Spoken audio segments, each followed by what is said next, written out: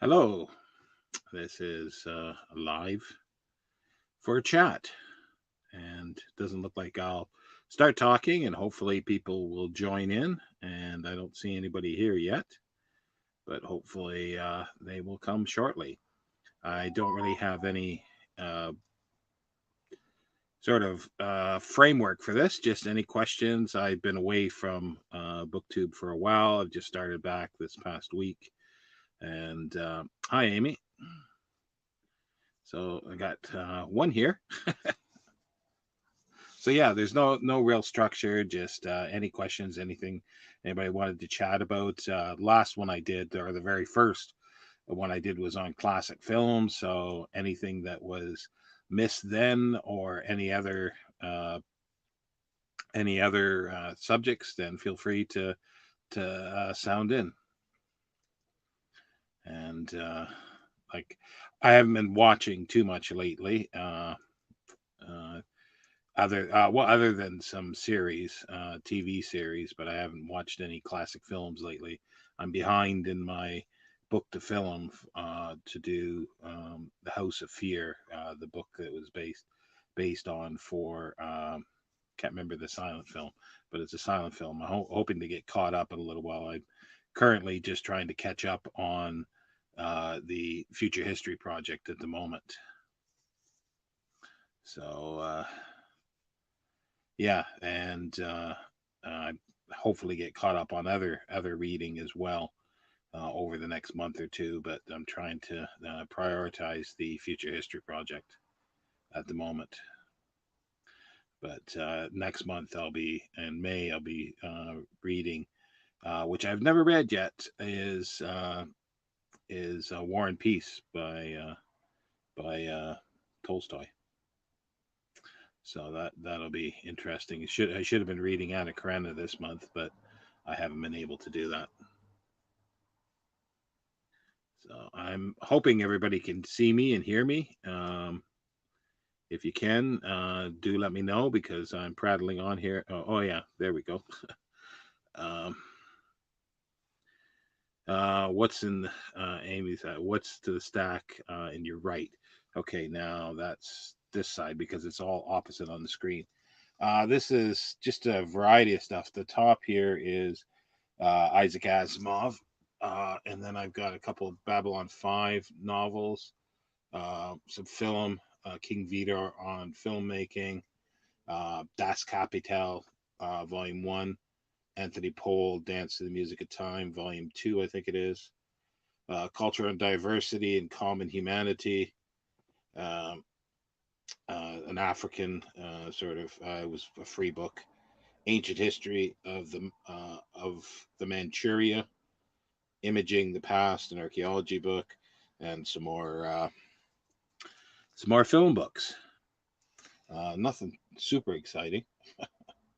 Um, I also have the narrative of Arthur Gordon Pym of Nantucket that I wanted to read.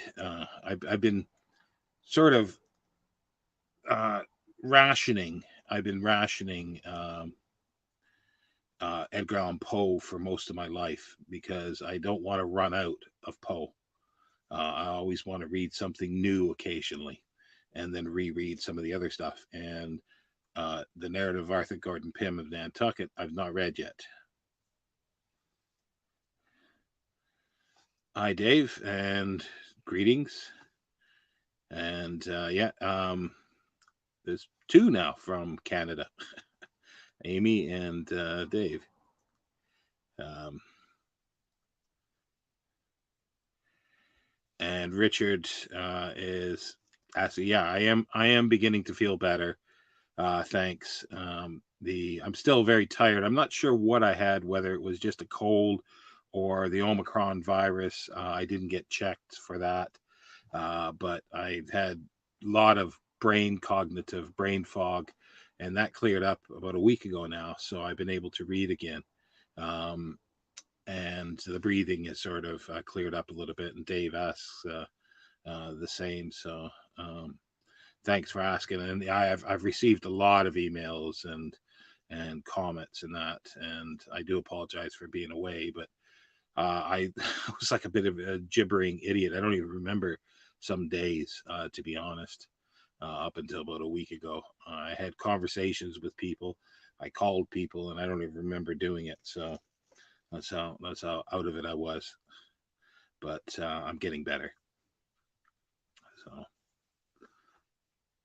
So yeah, and yeah, I do appreciate everybody. Um, their well wishing and everything too. It's really it's heartening to see actually. So we got 9 here now. Oh wow, it's quite quickly. I'm only how many minutes into it? Not even 6 minutes in, and there's 9 people here. I think there's many that are watching that are not obviously um, putting questions up. But yeah, any questions, anything. I just sort of, I just thought I'd do this just to, because I've been flooding sort of my channel with the Future History Project, as I was saying, because I'm prioritizing that to get caught up. And I know I'm sort of neglecting other sort of areas of my interests, and what not everybody that follows me is interested in the Future History Project. So I thought I'd give this a bit of a chance to talk about anything, or if you want to talk about the Future History Project, please do. As I say, I'm getting caught up. So yeah, I'm not sure where to take this at this moment, because I was sort of hoping that I'd get the feedback and questions that would come up, that I could answer, unless they're not all coming up. I don't see anything else here at the moment. But yeah, I've added another reading event. I don't know if anybody's, well, it's, I'm not sure if anybody's too interested in it, but it's Vin at Revenant Reads is doing Star Trek, or a book trek, again this year. So I sort of thought last year, if they did it again, I can't let it stand, and I've got to do a Babylon 5 one. So this is 2 books from, there's 2 trilogies that I'll be reading for this. It's hard to get the movements correct when you're on StreamYard here. Anyway, yeah, so here's two novels that from the trilogy, the Psychor trilogy. So I'll be doing that in August and September, and coming up in May is the Horror Mayhem, that I'll be a part of. I'm actually a co-host for that, and so that's why I'm trying to really hope to get things sorted, like caught up with the Future History Project. Hi, Nina. Yeah. Um, Yeah, thank you. Yeah, it's been a bit rough at times, but yeah, it's getting there. It's as long as I can fill my days with reading and doing some stuff, I'm pretty good. Um, uh, oh yeah, Furman is saying that he's picked up, yeah, Last Man on Earth. Yeah, it's. I don't think there is a. I haven't seen the Will Smith. Is it the Will Smith? Yeah, the Will Smith version. I Am Legend. But I don't like, out of the Vincent Price and the uh, Charlton Heston Omega Man. I like them both. The Last Man on Earth is a bit better, but it's faulty by not that great of a sort of film production, I don't think. But I do enjoy it. I do enjoy it, and I am going to be doing that as a book to film coming up at some point. I do need to get the Charlton Heston version. I've got the Will Smith, which I haven't seen yet, but I do. I think I got the Will Smith one, so I'm hoping to do that. Oh, how did my interest in archaeology begin? Well, that goes, I think, way back to when I was a child. Like I sort of jokingly say it started with Johnny Horton, the sort of rockabilly country singer from the 50s.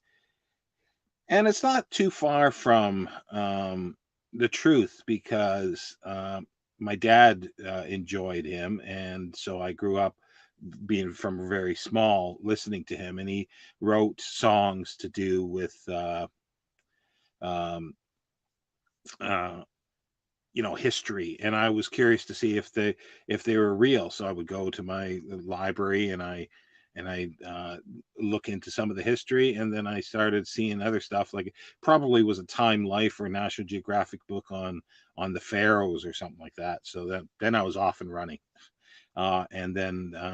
And I was sort of discouraged a lot to not go for archaeology by counselors and that, but I decided in the end, screw it. I would, and I did, and sort of Vini Vini Vici. I came, I saw, didn't quite conquer though, but I did do it. Dave S. I really like the Babylon 5 TV show, but have never read any novels from the show. They're quite hard. Yeah, they are, for some reason, getting hard to find and very expensive. Uh, there's 9 standalone novels that are iffy. They're not generally considered canon. I think the final one, the ninth one, is considered canon because it was written by J. Michael Straczynski's ex-wife. But the 3 trilogies, the Psychor trilogy, the Technomage trilogy, and the Centauri Prime trilogy, are based on outlines that JMS did, J. Michael Straczynski. So those are more canon. And this one is written by like the trilogy of the Psychor, J. Gregory Keyes. I'm not familiar with that writer, but the other ones, I think one of them is written by Peter David, who has written Star Wars, I believe, and Star Trek, and a whole bunch of stuff. So don't know how good of a writer he is in general, but I enjoyed them before, so I just thought I'd do it as a protest sort of against Star Trek, even though I like Star Trek as well. But it's just I can't not mention Babylon 5 when people are talking about Star Trek. Nina asks, I love both the Price, and Heston Burgess. Will Smith also did a great job on the new. Yeah, I do like the other two. Like I said, I haven't watched the Will Smith one yet, but I will be doing it as a book to film at some point, because I do like the book. I read the book many years ago, so it'll be a reread, and I'll sort of. It's kind of hard to do in a video, like a 30-minute video, to compare all 3 films, but I don't think I have too much details of their production, so it might be a little easier to say where the differences are.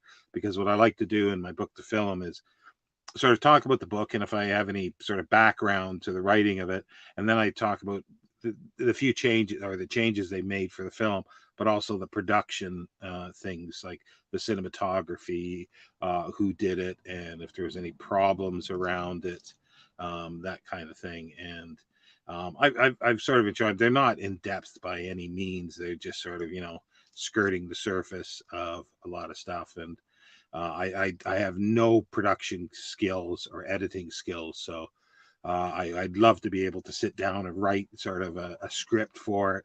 And when I talk about the cinematography of the lighting, it would be great to throw up a scene or a photograph, of it, explaining it, rather than me trying to, inexpertly describe what is going on the screen.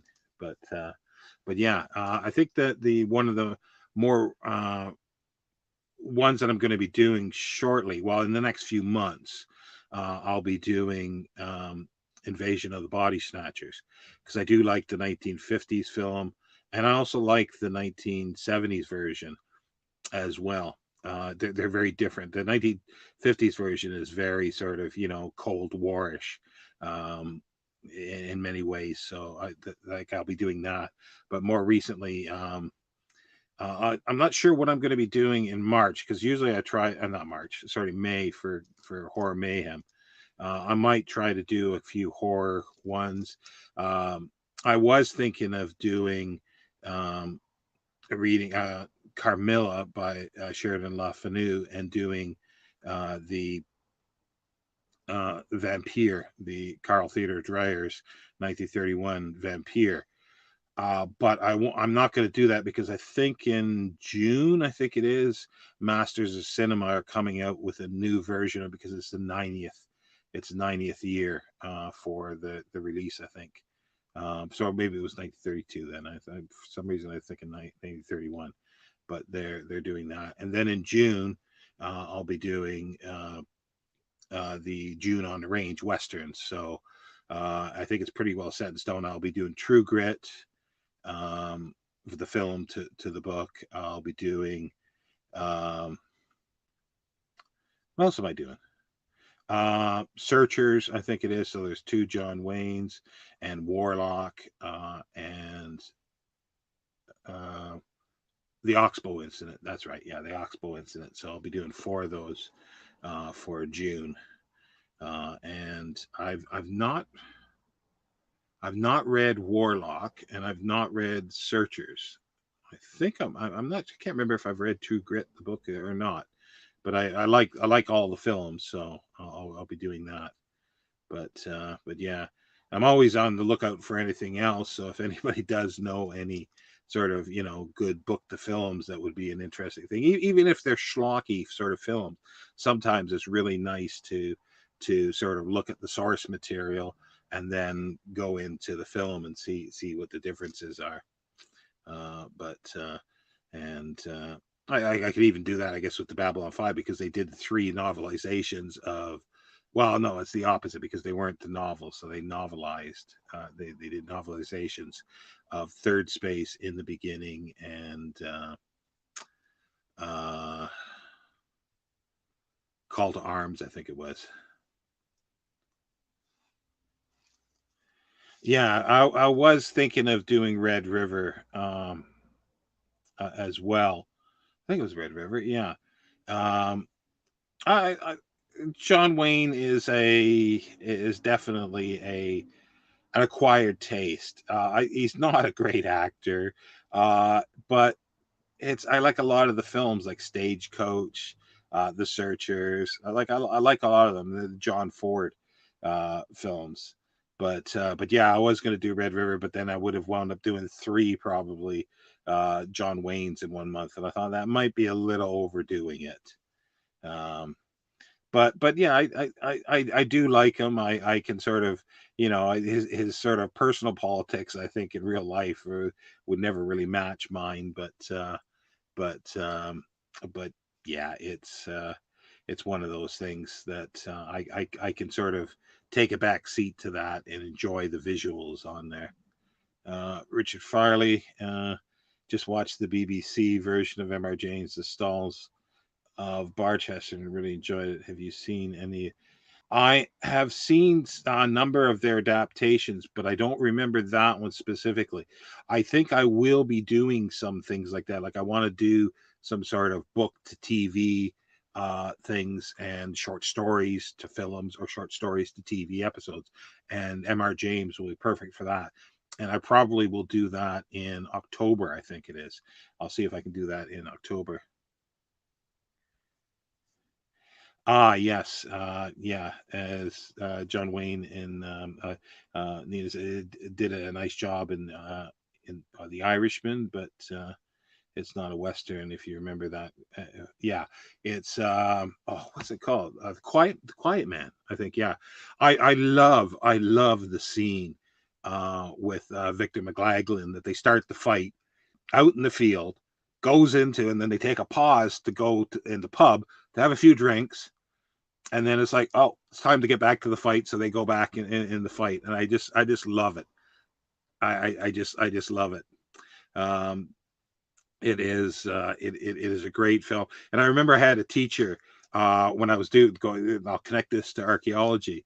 Uh, um, um, Larry Toombs, Dr. Toombs, and he was describing the Epic of Gilgamesh and the fight in the Epic of Gilgamesh, and he compared it to the fight scene in The Quiet Man, and I was the only student that knew what he was talking about, so that was quite fun. Um, has there ever been an adaptation of any Clifford Simax works? Yes and no. Yes. Well, no. The answer is yes. There was the only one that's sort of really available now is a Outer Limits episode. I think it was an Outer Limits episode. However, in an interview, Clifford Simak had said at some point he watched this episode, then he saw his name at the end of the thing, and he realized they stole his story. It was the Night of the Pudley, I think it was based on. And Out of the Unknown was a British science fiction, BBC science fiction series in the late 60s here in the UK. And they did two, I think, Clifford Simak stories. I can't remember which ones at the moment, but they did two of his stories, but they've been erased, and there might be only little snippets, and I think they've been reconstructed on this on the video or the DVD set. I haven't actually watched it yet. There's been radio adaptations of a number of his stories that are pretty good. There's I think they're all they're either in X-1 or I always forget the other one, X-1, and there's another big 1950s old time radio science fiction series, and one basically drew from Galaxy science fiction, and the other one a lot from Astounding. So there's even an adaptation which is really good, and even though I don't care for Robert Heinlein so much, I like his Green Hills of Earth, and there was a really good adaptation of that. And so yes, the short answer is there has been, but they're never, it's never, there's been no films as far as I know. They keep talking about doing, or somebody told me that they're going to do a way station is going to be done on one of the streaming channels. I can't remember which one it was, but I can't find any information. That was in like 2019. I don't know if it's gone any further than that. And Freeman Freddy just, the quiet man in response there. But yeah, it would be nice to see some Simak stuff being done. I don't know. I don't think they should ever attempt City, because even if they could get the dogs correctly and look correctly, it still wouldn't quite work. I don't think it would be it would just look funny, I think, even if it does look realistic. I think that should remain as a story or stories, because having talking dogs sometimes just looks silly, and it's better to have it sort of in your mind, that type of thing.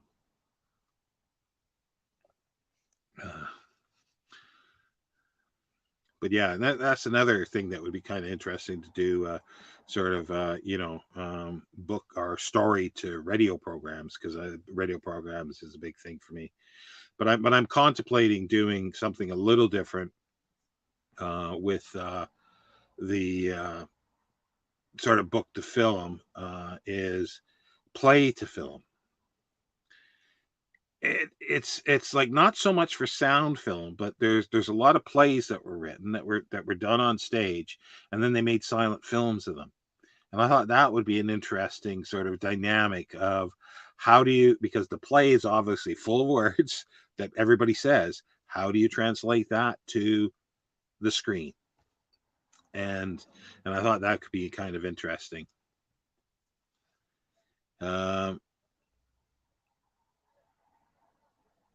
Oh yeah, no, that's cool, Michael. Yeah, I'd love to hear what you think of City, because yeah, it's one of well, it's probably my favorite Clifford Simak book.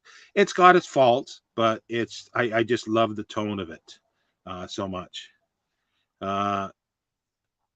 It might be the John Carter Mars. Yeah, it just didn't really work out, that film. Like it looked okay, but it just I don't know.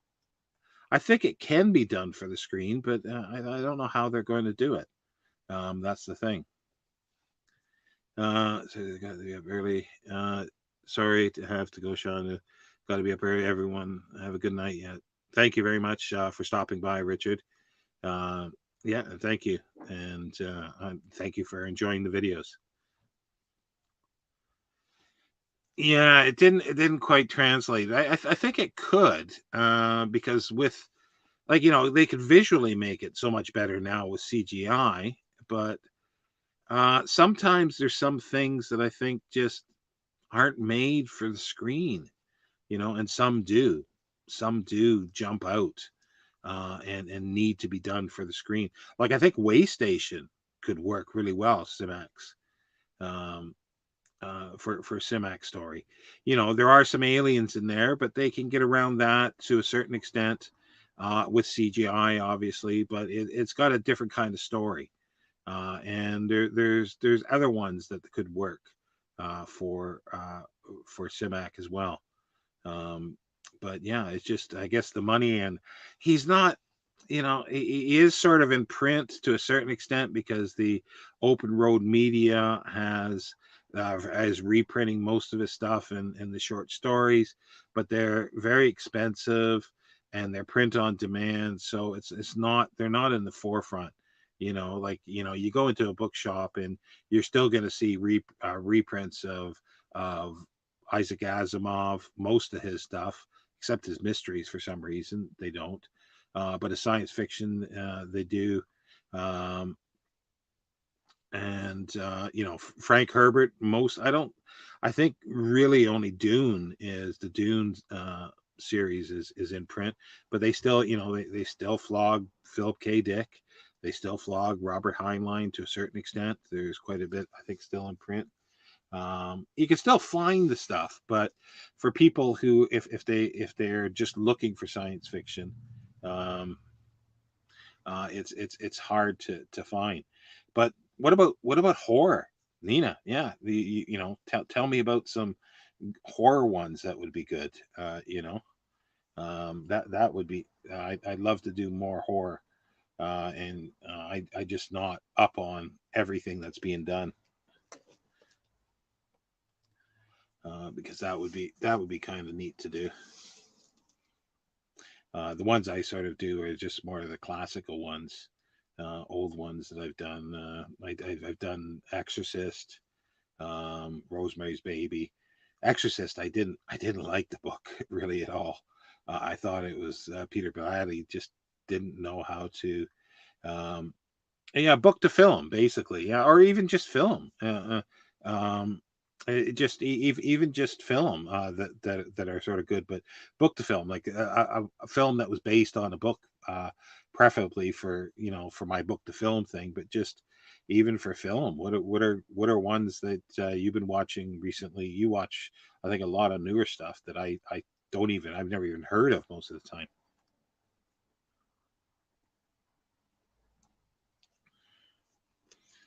Uh, and science fiction. Yeah, yeah, I agree there. Yeah, but I liked the film. I did like the film. I thought the film was pretty good. I watched the sort of theatrical release and then the so-called, extra cut. The director didn't want to call it, a director's cut, but it didn't really add anything to it. I don't think it needed the extra scenes. I thought they were sufficient in themselves, and it was good. Like, the acting was good. Like, the film was done well. But yeah, the book was just, there were a few scenes that I thought were well done, but for the most part, pretty shoddy, pretty shoddy. The dialogue just didn't seem real.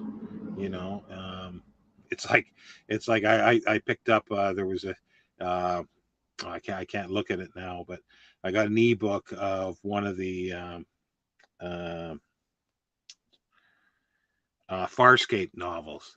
And it's the first line is just so atrocious. It's like he stood on the bridge, looking like an ice planet or something like this. And it was just really, really bad. And and when I read that, I was almost, um, I was thinking actually of Peter Blatty, some of his, lines in The Exorcist.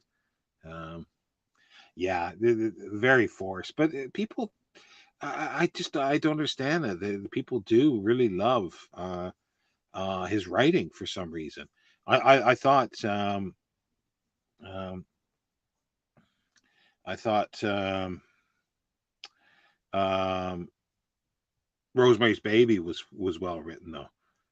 Yeah, on a dark and stormy night. Yeah, to start a story like that. Yeah, you know, you can do that as a joke, but if you do that, it just doesn't quite work. Yes, Don't Look Now. Donald Sterling. Um, yeah, I do want to look at that one. I'm sure I've seen it in the past, but I can't quite remember it. But I do. That is sort of on my extended list of things. Dave S. I recently bought a copy of Peter Benchley's Jaws, but haven't yet read it. Has anyone else read it? How does it compare to the movie? I have not read it. I've heard um, that it's very different than the film, and some people love it and some people hate it. But yeah, I don't actually have an opinion on it because I haven't read it. Jack O'Hare, do you like Booth Tarkington's books or the later adaptations better? Um, I'm just trying to think now because Booth Tarkington is he the one that did is it McTeague? Did he do McTeague? Um, oh, my brain. I'm just gonna check on my phone here.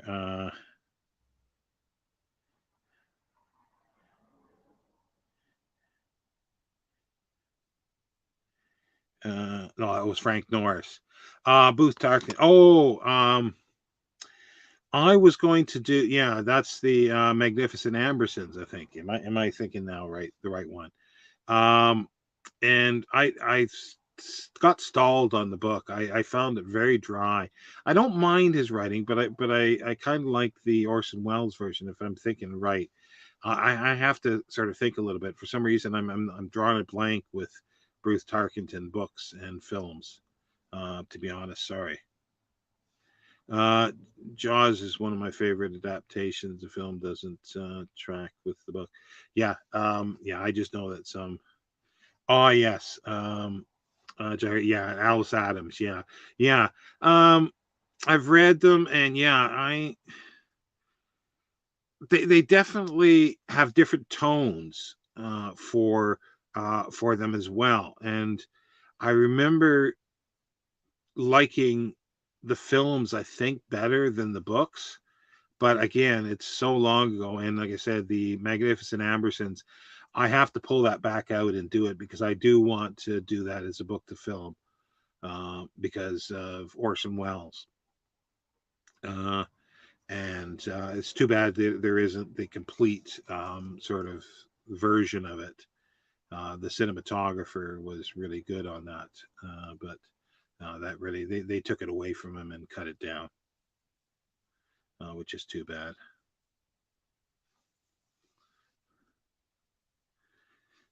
But yeah, just getting back to Jaws, I can't remember. Is this like was Jaws written before the film? Was it a book and then the film based on it, or was it a film adaptation, a book adaptation of the film? I can't remember which one it was now because I've never read it, but I remember seeing the film yonks years ago. But I can't remember whether it's what came first.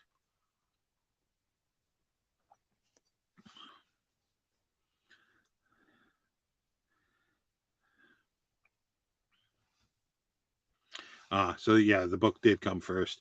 That could very well be. Um, that could very well be a thing to do at some point. Is the book to film for that? But I do know a few people that have read it that never liked it at all.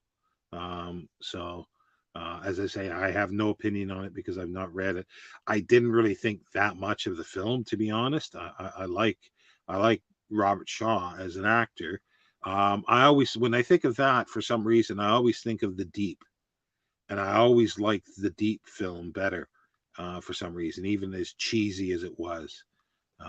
It's not similar in any way, but I just liked the film for some reason.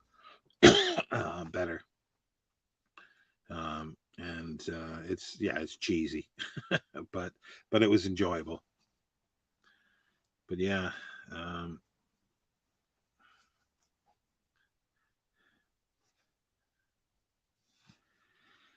yeah, I'm Jack. I'm gonna have to get back to doing that because I got stalled on the book. I think it was last year. Um, I'm not sure what. Um, I can't remember what happened, but I got like another. Either that was when I started getting my B12 shots or something like that, and that just sent me for a whiz, and I just set me down, and I didn't do it. Original printing of Jaws was 1974. Uh, yeah, I just don't. I don't remember some things. I'll use this. Um, um, I'll use I'll use my poor brain cognitive ability due to COVID. Instead of pleading the fifth, I'll plead COVID, and I just figure I have to say cheesy again. Uh, I'm not sure how many times I've said that so far, but there are cheesy films.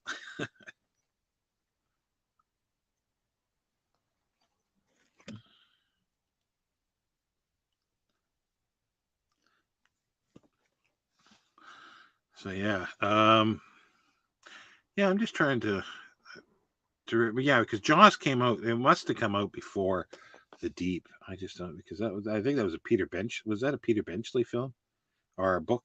The Deep. Uh, it's good to have a phone that I can check stuff up here. The Deep film, 1977. Yeah,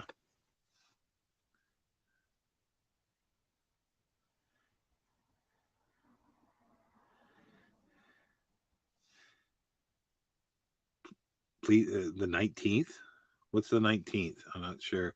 I don't catch the reference there. I don't catch the reference for that.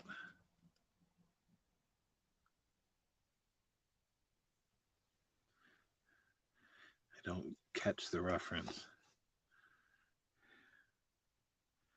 But yeah, the Deep came out as a film, and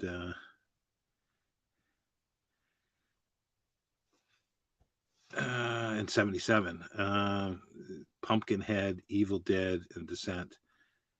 I don't think I've seen the Descent. Uh, yeah, but what's let's go back. Yeah, you said the 19th. Yeah, I figured it was the plead the 19th. But what's the 19th?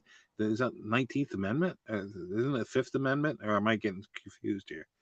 Pumpkinhead. The only thing I really remember of Pumpkinhead so much is the Crash Test Dummies song Pumpkinhead, which was really fun. The funny video. Um, but yeah, schlock films, cheesy films. Oh, COVID-19.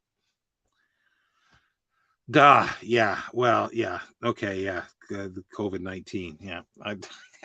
See. I'm slow at the uptake at times these days. So um, Pumpkinhead is one of also Rawhead Rex. I don't know that one at all. That's a mystery to me. That one, at least I've heard of the Descent and all this other, but Rawhead Rex. That sort of is that sort of a dinosaur one or I don't know. It just sounds. I think I have foggy brain.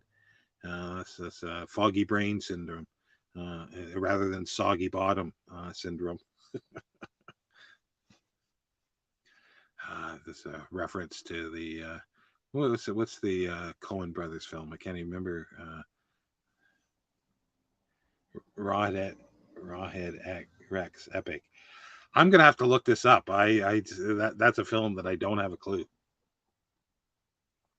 Sorry, I just need to take a drink of water every so often. after talking. But yeah. So is Rawhead Rex, is that a dinosaur film? For Schlock, how about Rubber? That's another one I don't know. I don't think so. I don't know Rubber either. I can imagine what it's possibly about. I could be right and I could be wrong.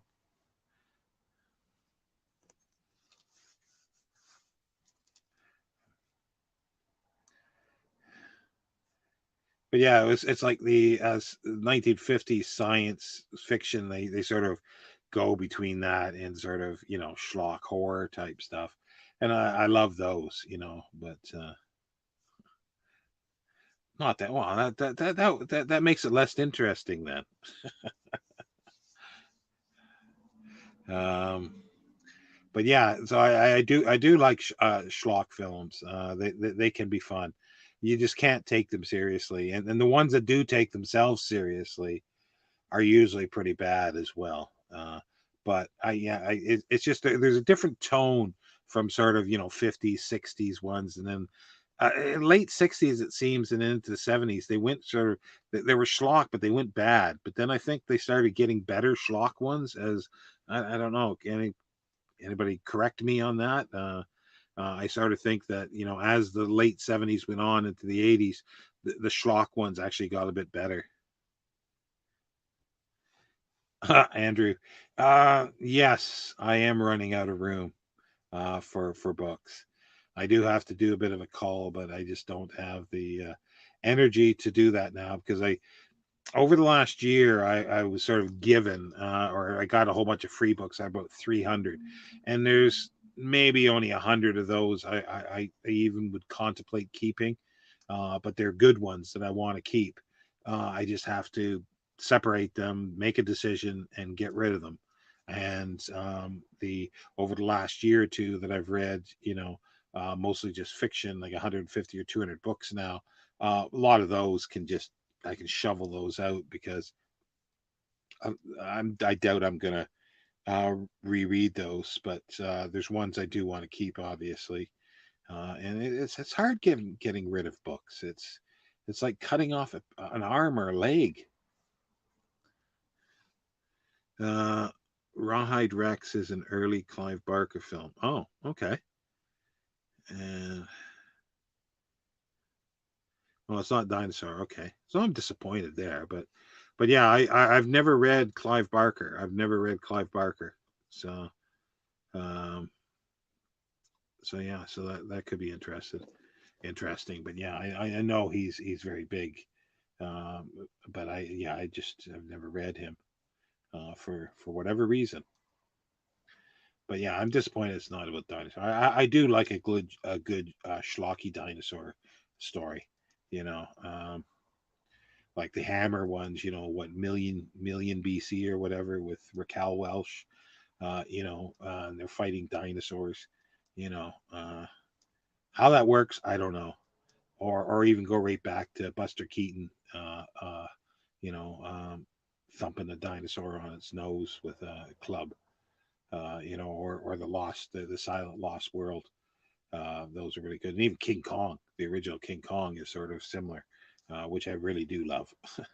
I do love the original one. Yeah, Hammer Horror is good.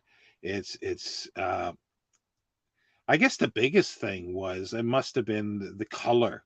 Not all their films were color, um, but yeah, definitely ones the um, um, Dracula and so forth.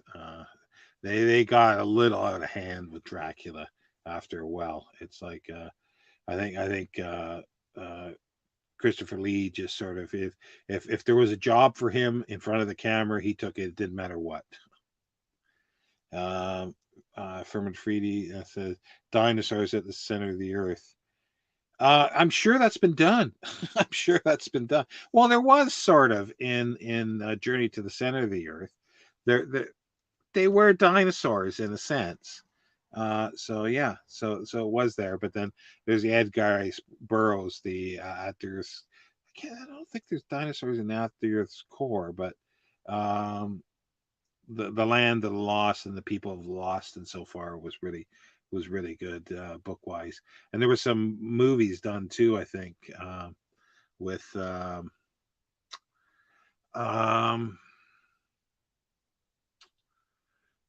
was it McClure? Douglas McClure? Is it Douglas McClure?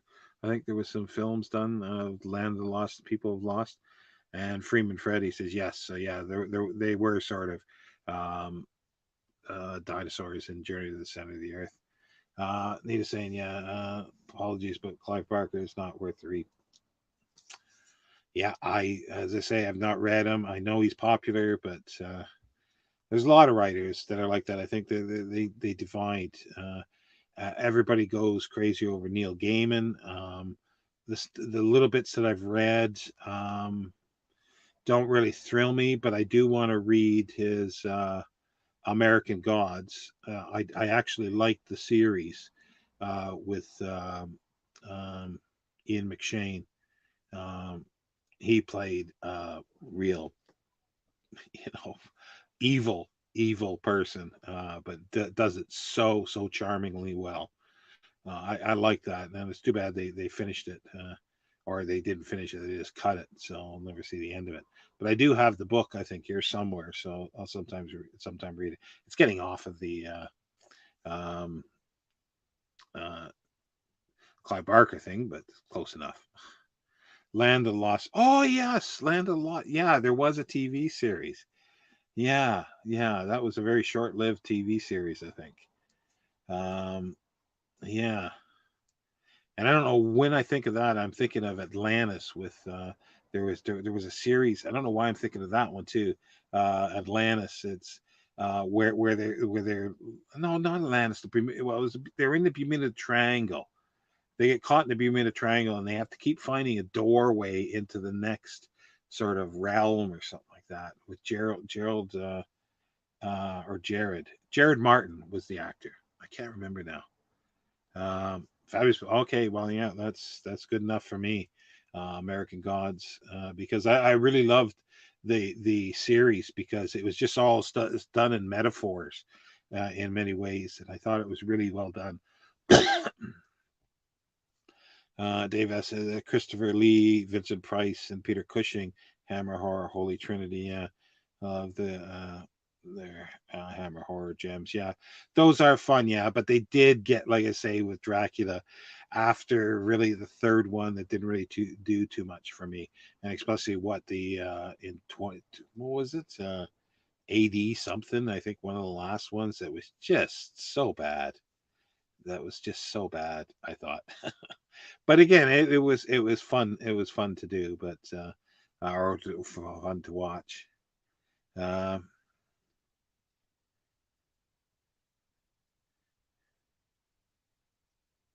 oops, I didn't mean to do that one again. Dave S says, "Have you read Neil Gaiman Neverwhere?" The BBC did an adaptation of that. Was quite cheesy. I did they do a? I know they did a radio version of it, and I enjoyed that. It was kind of neat, but yeah, it was cheesy, but I enjoyed the radio adaptation of it. But I didn't know they did actually a live version. Um, yeah, I'm gonna have to try Neil Gaiman. Like I say, I've only dipped into a few of his things, and it didn't really do much for me. Um, oh, Famous Family. Oh, I didn't know they did the Abominable Dr. Phibbs films. Yeah, those are fun. Those are fun. That's schlock. That's what would you call that? That's schlock royalty. Really, it's the Abominable Dr. Phibbs films. It's sort of like the early Fu Manchu, or even the Christopher Lee Fu Manchu, are sort of the schlock royalty of many of these things.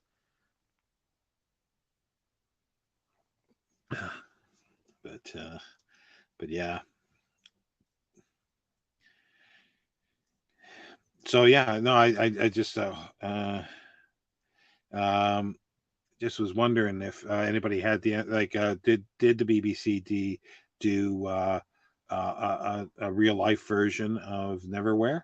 Is that something I missed, or was it just already a deep schlock? Yeah, yeah, going where no schlock has gone before.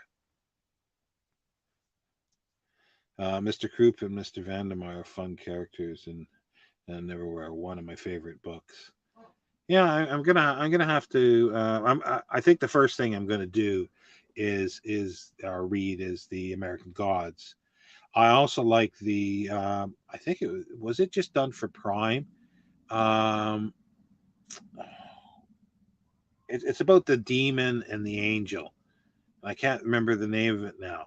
And like there's this there's sort of like a second coming of Satan or something like that, and the angel is a rare books dealer, and it's that's is it Sheen, and the other the a couple back Doctor Who's was the demon, and it was they just got a little too comfortable on Earth. And I thought that was good. Good Omens. Yes, that's it. Thanks, Amy. Good Omens. Yeah, I couldn't think of that. I don't know if that's built on a. Oh, there's a season two coming eventually. Oh, that'll be good because it would because I like the characters. Like the story was a bit, a little funny, but I love the characters who they just got a little too comfortable with human comforts, books and wine and booze and women. Uh, so they want to stay. That'll be good, and I hope they do continue with um, American Gods. I hope they do finish it because they left it at a very very interesting point. But anyway, it's coming up to an hour here. Oh, Amy said I prefer you preferred the show to the book. So there is a book for Good Omens. Yeah, it could be because the actors and the characters and the way they did it. I suspect something like that for it, and it might be the same. I don't know with American Gods because uh, um, Ian McShane is so good. He's been on everything basically. He's even been on Babylon 5. So I got to mention that again. Uh, but yeah, he's been around for a while, and he can slip into any part, like charming. He's always charming, but there's always a bit of menace about him. Oh, okay. Dave said yes. The BBC made a TV miniseries. The actor that played main character Richard Mayhew um, is a Paul McCartney look-like. I know the name Richard Mayhew, but I can't place him. The book is much better than the American God series. Okay, well that's good because I'm hoping there'd be a lot more background and depth to it. That's what I was sort of hoping. Are there any silent cinema actors biographies that you can recommend? Ooh. Um, there's a lot. Let me just see here. Oh, that's put me on the spot a bit. Um, well, I do like Charles Chaplin. Like I know he's not for everybody, but the biography, if you do want to read about Charles Chaplin, would be David Thompson's biography and also his own autobiography. Um, now, Louise Brooks is someone that I really like. Barry Paris, I think it was, that did a pretty good biography. There hasn't been too much done about her. And then also her Lulu in London, or no, Lulu in Hollywood, um, group of essays that was published. Um, and there's other ones that I like, but there hasn't really been good biographies done of them. Um, Yeah. Some of the best stuff that's done on that kind of thing is if you can find any books by Kevin Brownlow. Brownlow, first name Kevin. And he's done documentaries as well. Like he's done a fabulous documentary on Chaplin, on Buster Keaton, and on Harold Lloyd. He's done a history of Hollywood silent film that's in 13 parts, I think it is. It's fabulous. And then there's Cinema Europe, which is in 6 parts. And it's got a lot of actors. And actor director that I really like is Victor Seastrom, Swedish. But I struggle to find um,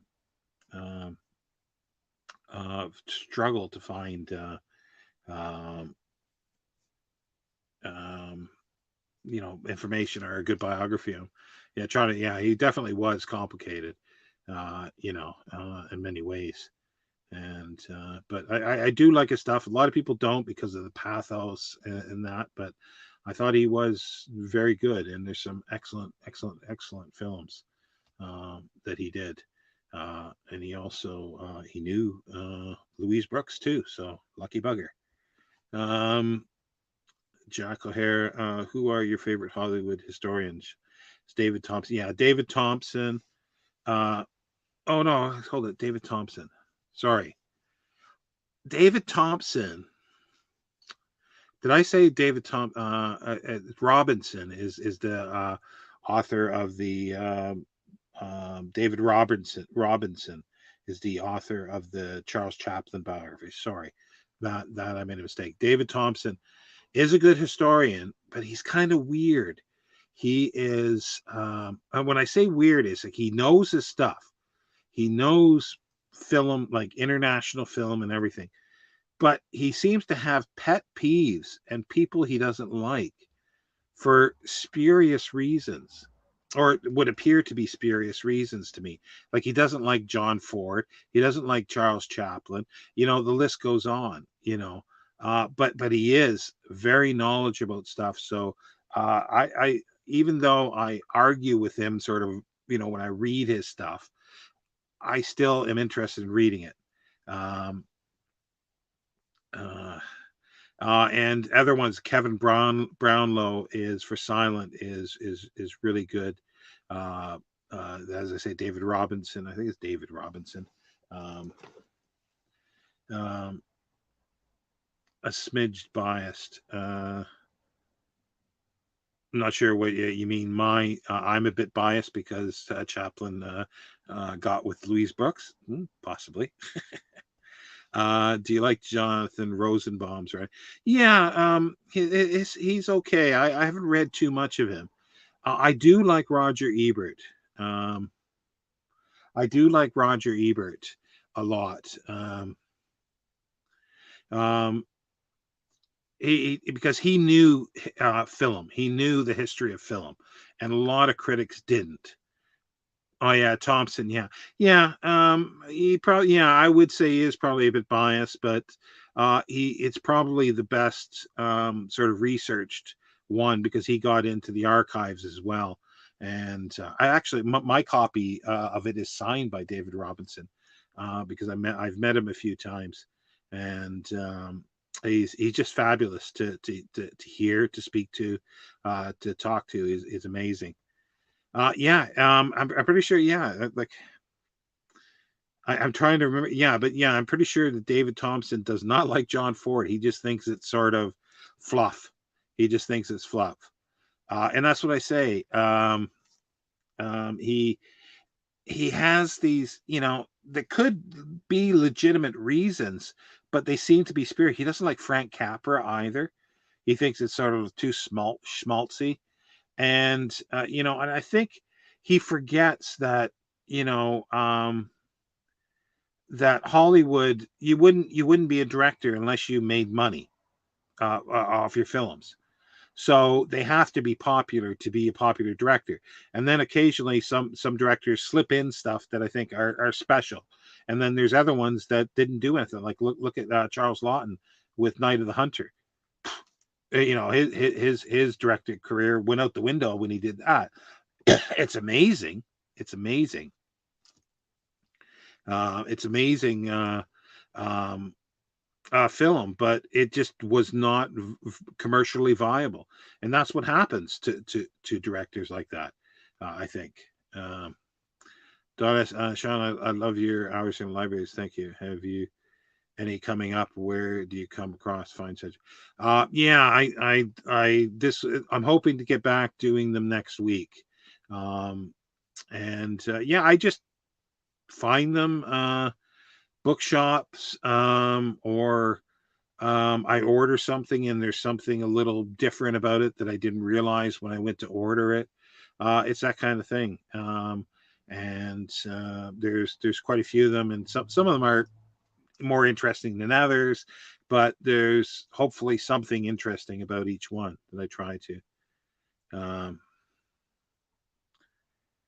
uh, El Castillo, what do you think of Antoni Antoni film? I'm not sure who that is. I don't think. Let me just check to see to try to jog my memory. I'm going to do a search here because the name is not coming up. I'm assuming he's Italian.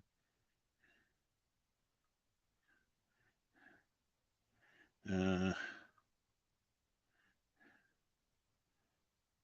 uh, yeah, Italian film. Michelangelo Antonioni. See, what has he done? Oh, okay. English language film, The Blow Up and The Passenger comes up. Yeah. I don't have an opinion at this point, really, about him because I remember watching those films and thinking they were okay.